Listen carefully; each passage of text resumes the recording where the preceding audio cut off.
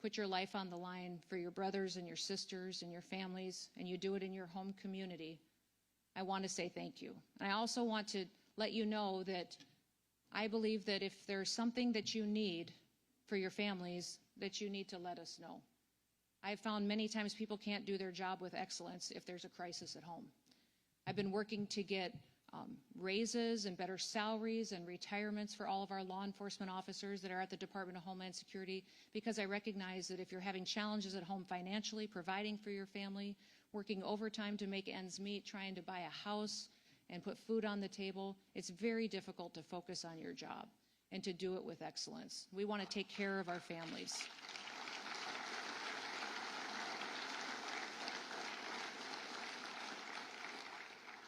So all of your suggestions and ideas, bring them forward. I will continue to push for that because I'm a strong believer that we need you at the top of your game every day.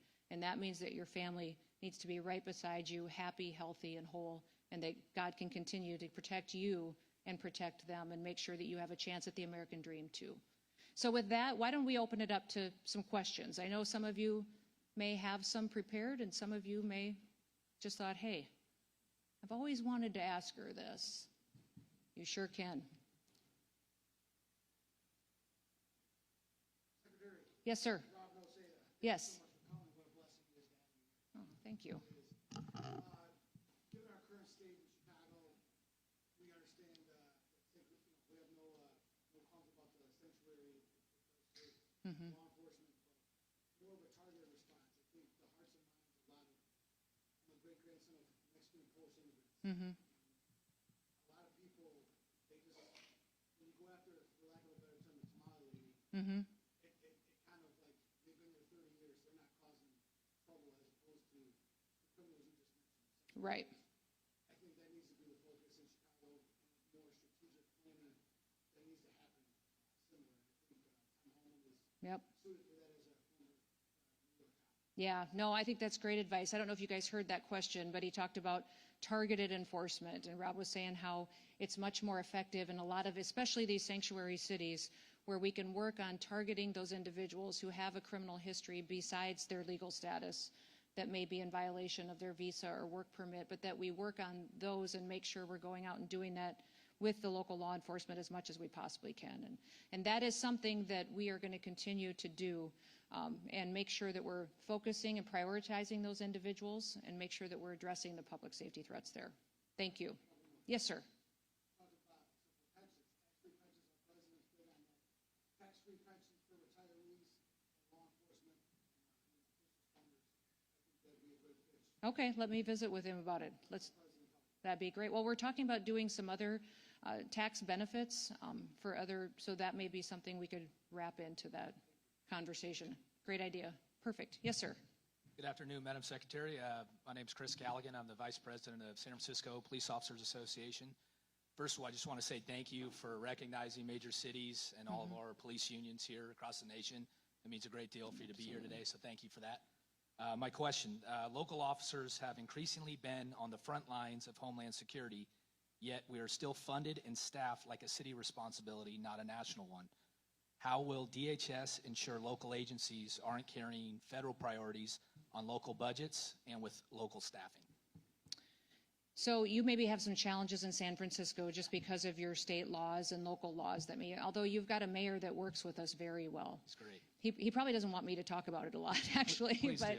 But he has been cooperative, and we have great conversations and talk quite often. And many times in doing law enforcement in your city, if the federal task force is coming in, you know, it's more preferable for the FBI to lead and the Department of Homeland Security to come in supportive roles, which is what we've done, and that works very well in your city. Thank you for your focus there, too. I think the city is seeing some dramatic improvements under this leadership. When you talk about funding, we have tied a lot of our funding that we have for enforcement this year and prioritized over $1.5 billion towards 287G agreements. So we've reimbursed departments that have an agreement, or a county or a sheriff, with funding them on overtime or on benefits, some of the other things that we can do. We've also, on the jail model, obviously reimbursed per beds. If you don't have the opportunity to participate in 287G, I think your best options for funding alternatives would be through some grants that we have at the department. We have specific grants towards terrorism grants that you can do some security grants. And there's hazard mitigation grants that are in Homeland Security safety grants through FEMA that would be available. So maybe what I'll do is I will forward those grant opportunities to all of you so that you can share them with your departments and have that opportunity. We also have some grants specifically targeted towards special operations. So if you've got some special operations that fit into that category, we could get you some funding that way. Great. Thank you, ma'am. Absolutely. Yes, sir. Yes. Hi, Craig.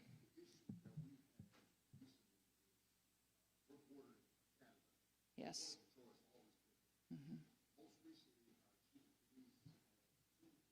One police officer and one sergeant called Border Patrol for assistance, and then after that happened, he tried to fire them for asking Border Patrol to come assist them. Oh, shoot. Most recently, they just suspended both officers for 30 days without pay. The Border Patrol? No, Detroit those police. officers in Detroit. Yeah, Detroit Okay. police. So the one incident was the female of the house called because the husband was trying to break into the house. When the officers got there, he had a bad passport and a bad Social Security card. So they called Border Patrol for assistance.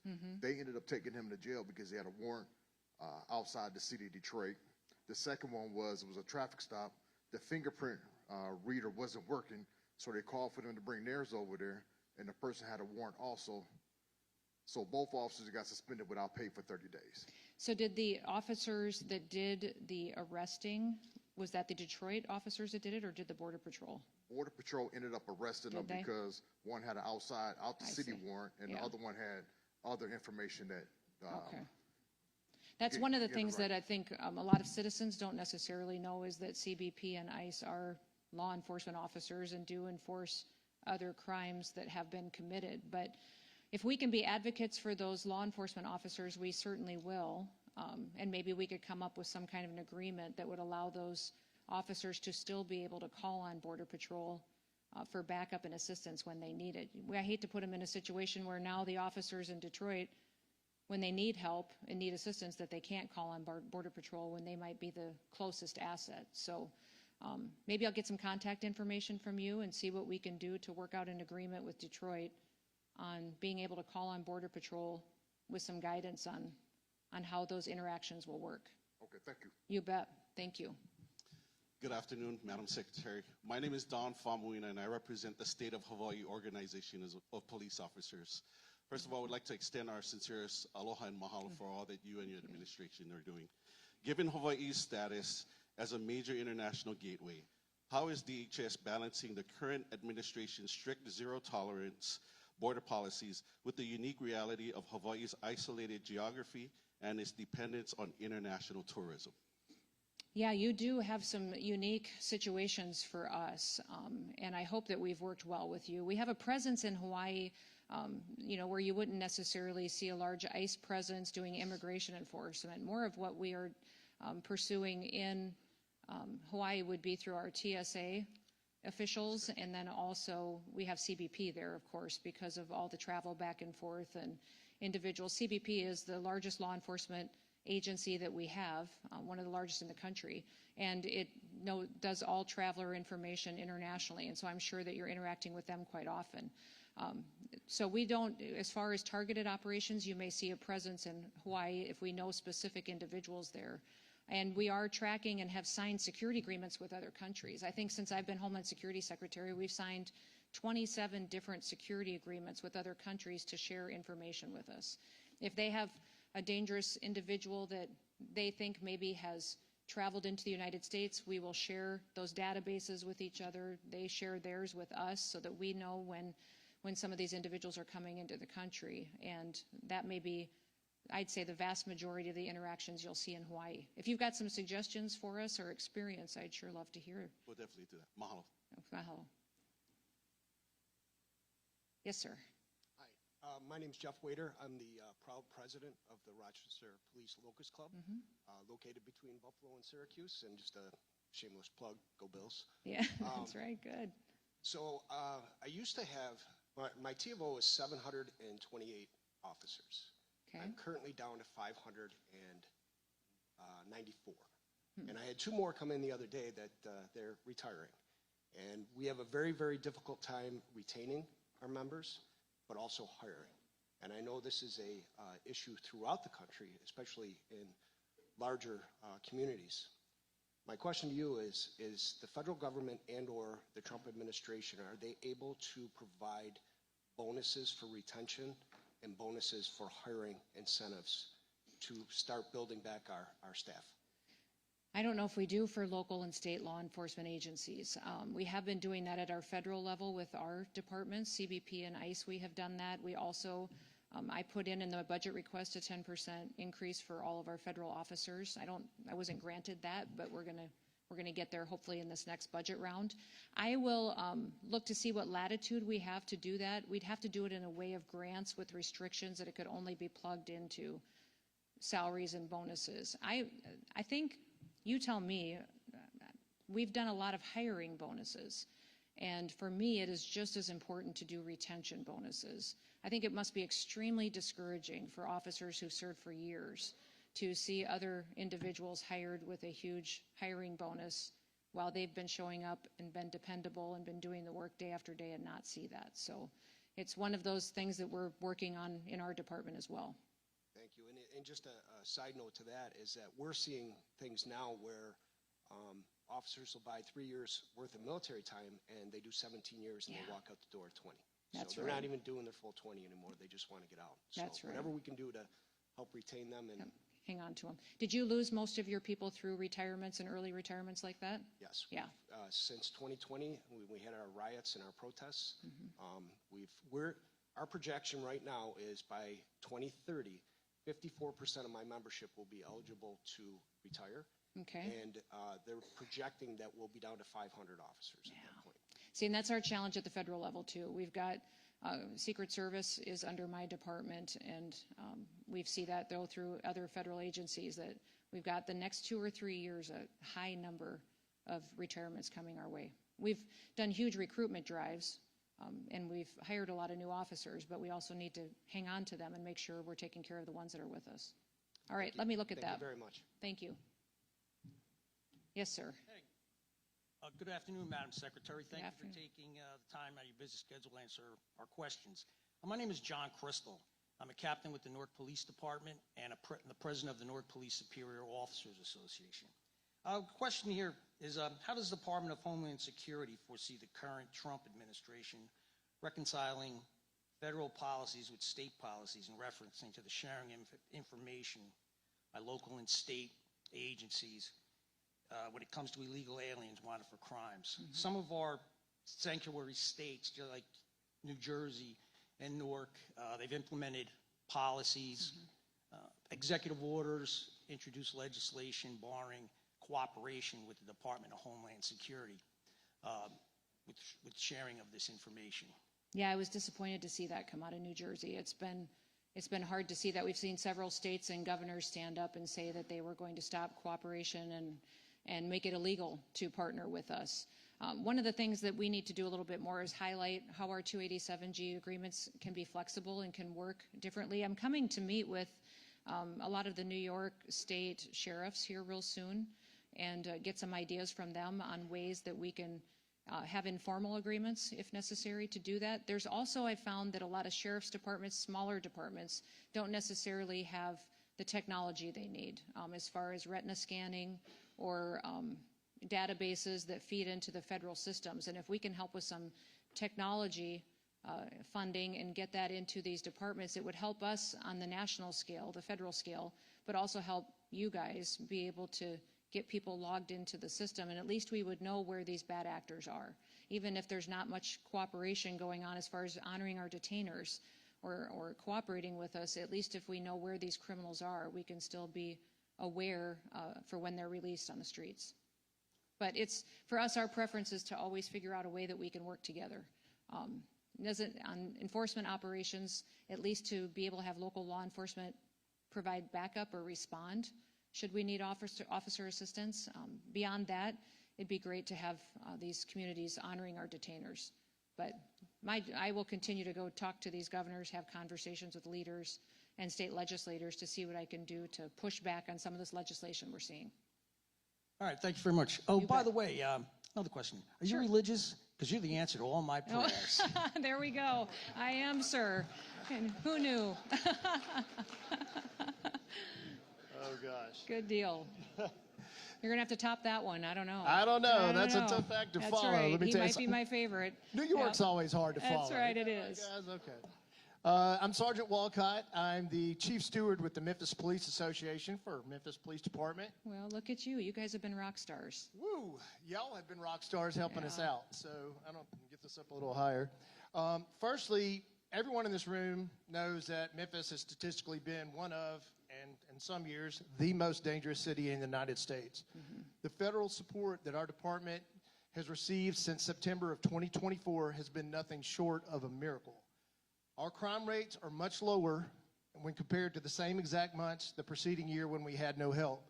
And I don't mean lower like the national average. I mean lower like our murder rate is down 35%. Our aggravated assaults are also down 35%. These are current numbers. Our robbery rates are down 58%. And our motor vehicle thefts are down 68%. I say all this to say thank you for this help. And it has been invaluable and truly proves that more law enforcement with reasonable but aggressive tactics equals less crime. My question to you would be the following. I'm extremely concerned about cartel activity, which you touched on shortly ago, all throughout the country regarding drugs and human trafficking, but especially in Memphis, as it's considered a hub for the cartels. Is ICE itself putting any extra special emphasis on cartel activity, in particular since their reach appears to be much longer than most people realize, and they reportedly even threaten agents with bounties? And does classifying cartels as terrorists help combat them from that? Is that a tool to help you combat them? It does. When President Trump declared the cartels as foreign terrorist organizations, it opens up the door for a lot more authorities that we can use to go after them. So now, and you've seen him, obviously, partner and take action against leaders, even in Mexico.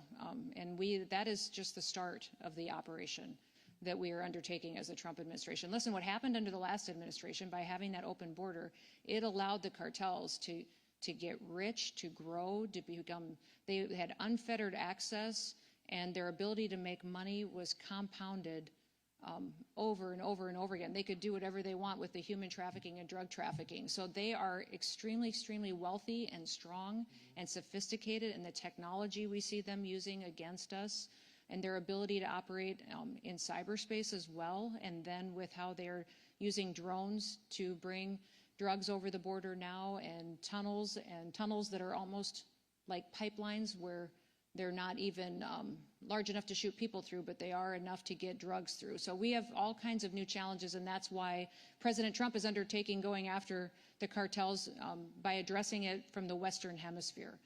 He will have a big agreement that I'll be there with him on Saturday with the Department of War and the Department of State on how we're going to go after cartels and drug trafficking in the entire Western Hemisphere. So this challenge, we've realized, is big. We've always known that, but if we're really going to address it, we have to look outside of our borders to kill off the cartels before they continue to build up more and more strength and keep killing our Americans.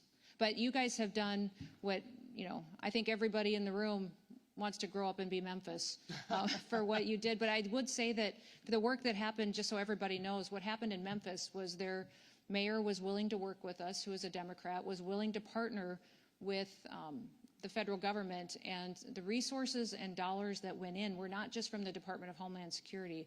The Department of War contributed, the Department of Justice contributed. It was incredible to see different agencies in the federal government go and show up and cover the costs of having that operation and make sure that people there could see a difference and they could see hope again. And people almost need to see it and feel it. That's what happened in D.C.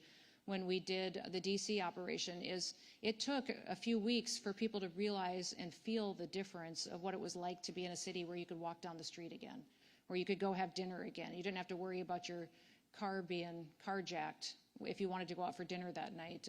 And once people feel that, it's almost like they get to feel freedom again. And that's what Memphis is providing to them. So we need to figure out a way to tell your story to other cities and show them that it can be an opportunity to restore their way of life again. Absolutely. Thank you for so your much. leadership. You Yes, bet. ma'am. Thank you. Anybody else? Yes, sir. You bet.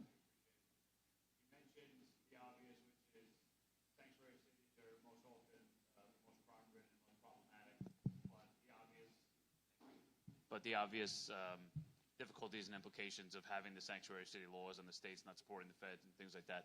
What are some of the vehicles that you guys can use or will use to try to, I don't want to say get around that, but work with the conditions that you guys are under to still be effective as federal law enforcement in those sanctuary city areas? Well, if it's a sanctuary city, we have an opportunity to form partnerships then with sheriffs and do that in a state. Many times sheriffs are elected officials and they're accountable for what their crime numbers are in their counties, and they're very close to the people. So we find a lot of progress working with sheriffs and in those situations. If it's an entire sanctuary state, most of those sheriffs and police departments are concerned about liability issues and the laws that may be on the books. I would say that for all of you, though, to know that a sanctuary state looks very different from state to state. The laws may be completely different. So if you are interested, if you are a sanctuary state or city, I need to come sit with you or have someone from our team come sit with you, really go through with my attorneys your state laws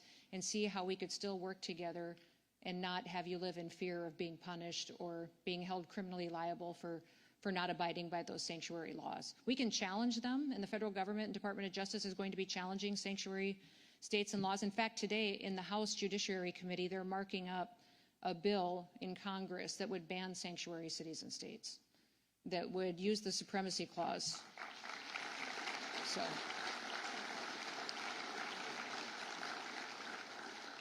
So if we could, it will pass out of committee, I think, and pass out of the House. We're hopeful the Senate would take that up, but it's a constitutional compliant piece of legislation that would fundamentally change the way that we do public safety across the country. So if that can happen in the meantime, we figure out how we can work together to do notification of individuals that may be released or individuals that we could partner with you to get them out of your community. You bet. Yes. Thank you, ma'am. This is going to sound a little bit like a sales pitch, but it's not, I assure Okay. you. I work for a company called Vertex. We already have a very nice contract with Homeland Security, so this doesn't count. Good. I bring a unique perspective. I don't have a question for you. I have a comment. Okay. I live just outside the city of Portland. I work on our federal team, so I work with your agents all over the country. HSI, ICE, Secret Service. I see them being treated like garbage in various places, up to and including with extreme violence. The perspective I bring is this: I have not worked with a better group of people, more professional, humble, quiet professionals. They're amazing men and women, all of them, and I didn't want to miss this opportunity to tell you that directly. So thank you very much. That goes to you, your staff, and all of your agents across the country. Well, thank you very much. and Thank thanks you for being here. saying that. I appreciate it.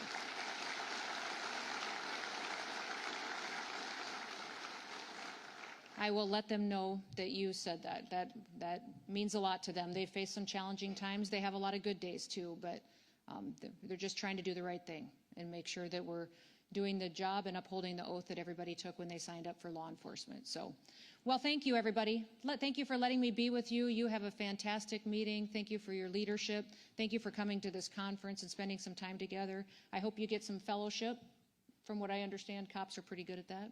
So you have fun. I'm sorry I can't stick around for it, but God bless you. And may God continue to bless our great country. Have a great day.